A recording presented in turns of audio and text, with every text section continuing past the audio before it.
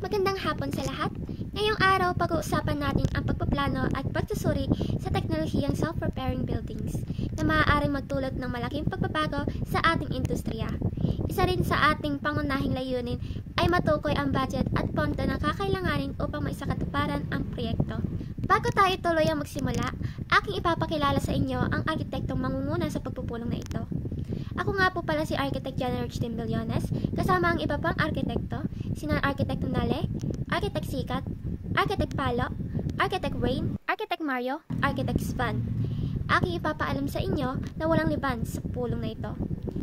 Simulan na natin ang pulong sa konsepto ng self-repairing buildings at teknolohiyang ginagamit. Maraming salamat sa pagsisimula ng ating pagpupulong.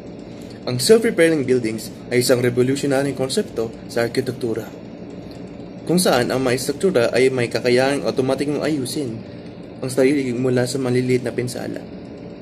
Ang pangunahing teknolohiyang ginagamit dito ay ang self-healing concrete, na may kasamang microcapsules ng bacteria o polymer na nagre-react sa pinsala upang muling buuin ang material.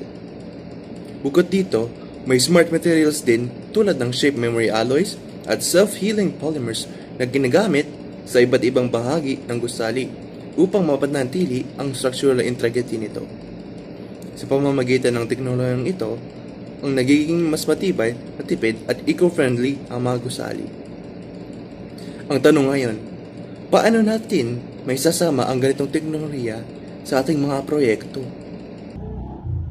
Upang maisakatuparan ng self-repairing buildings, gumagamit tayo ng mga espesyal na materyales gaya ng self-healing concrete, may bacteria o chemical capsules na automatic na nag-aayos ng mga bitak, shape memory alloys, mga metal na bumabalik sa original na anyo pagkatapos ma-deform, smart coatings, pinoprotektahan ng istruktura mula sa dumi at kaagnasan.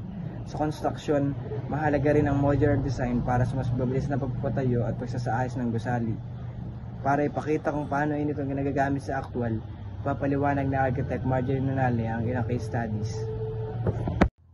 May ilang actual na proyekto na gumagamit na ng teknolohiyang ito. Isa ang The Smart Bridge sa Amsterdam na ginagamit ang self-healing concrete at AI monitoring. Isa rin ang The Algae House na matatagpuan sa Germany na may self-repairing coating upang maiwasan ang pagkasira ng exterior walls.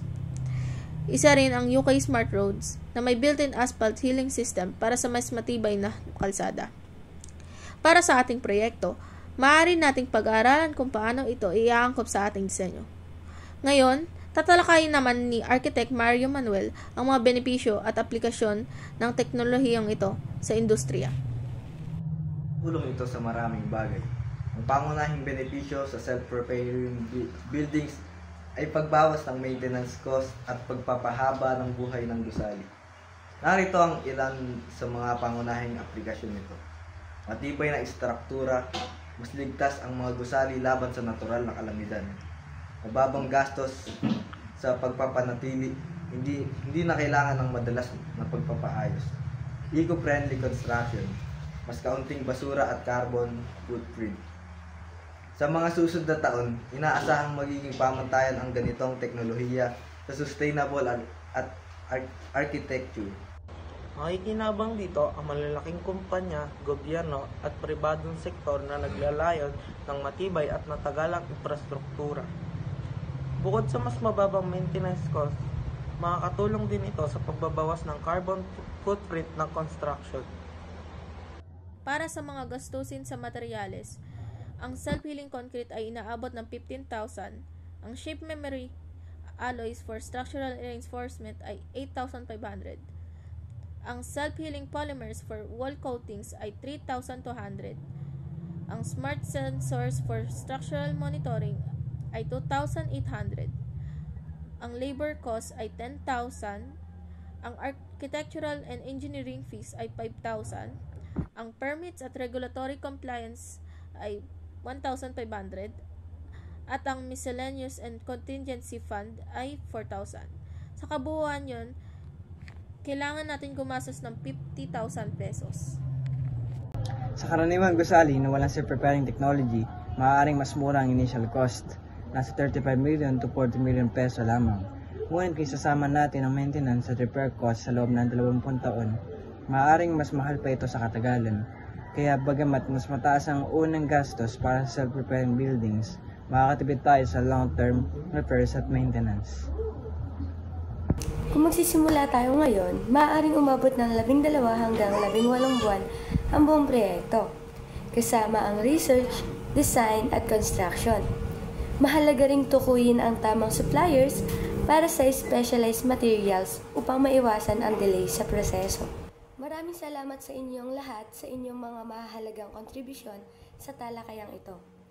Narito ang buod ng ating mga napag-usapan. Ang self-repairing buildings ay gumagamit ng smart materials at sensors para sa mas matibay at matipid na estruktura. May mga actual ng case studies na nagpapakita ng mga bisa nito. Malaki ang maitutulong nito sa industriya, ngunit kailangan tugunan ang ilang hamon sa implementasyon. Sa pagtatapos ng ating pulong, malinaw na pagkamat mas mataas ang initial investment ng self-repairing buildings, ito ay mas cost-efficient sa pangmatagalan.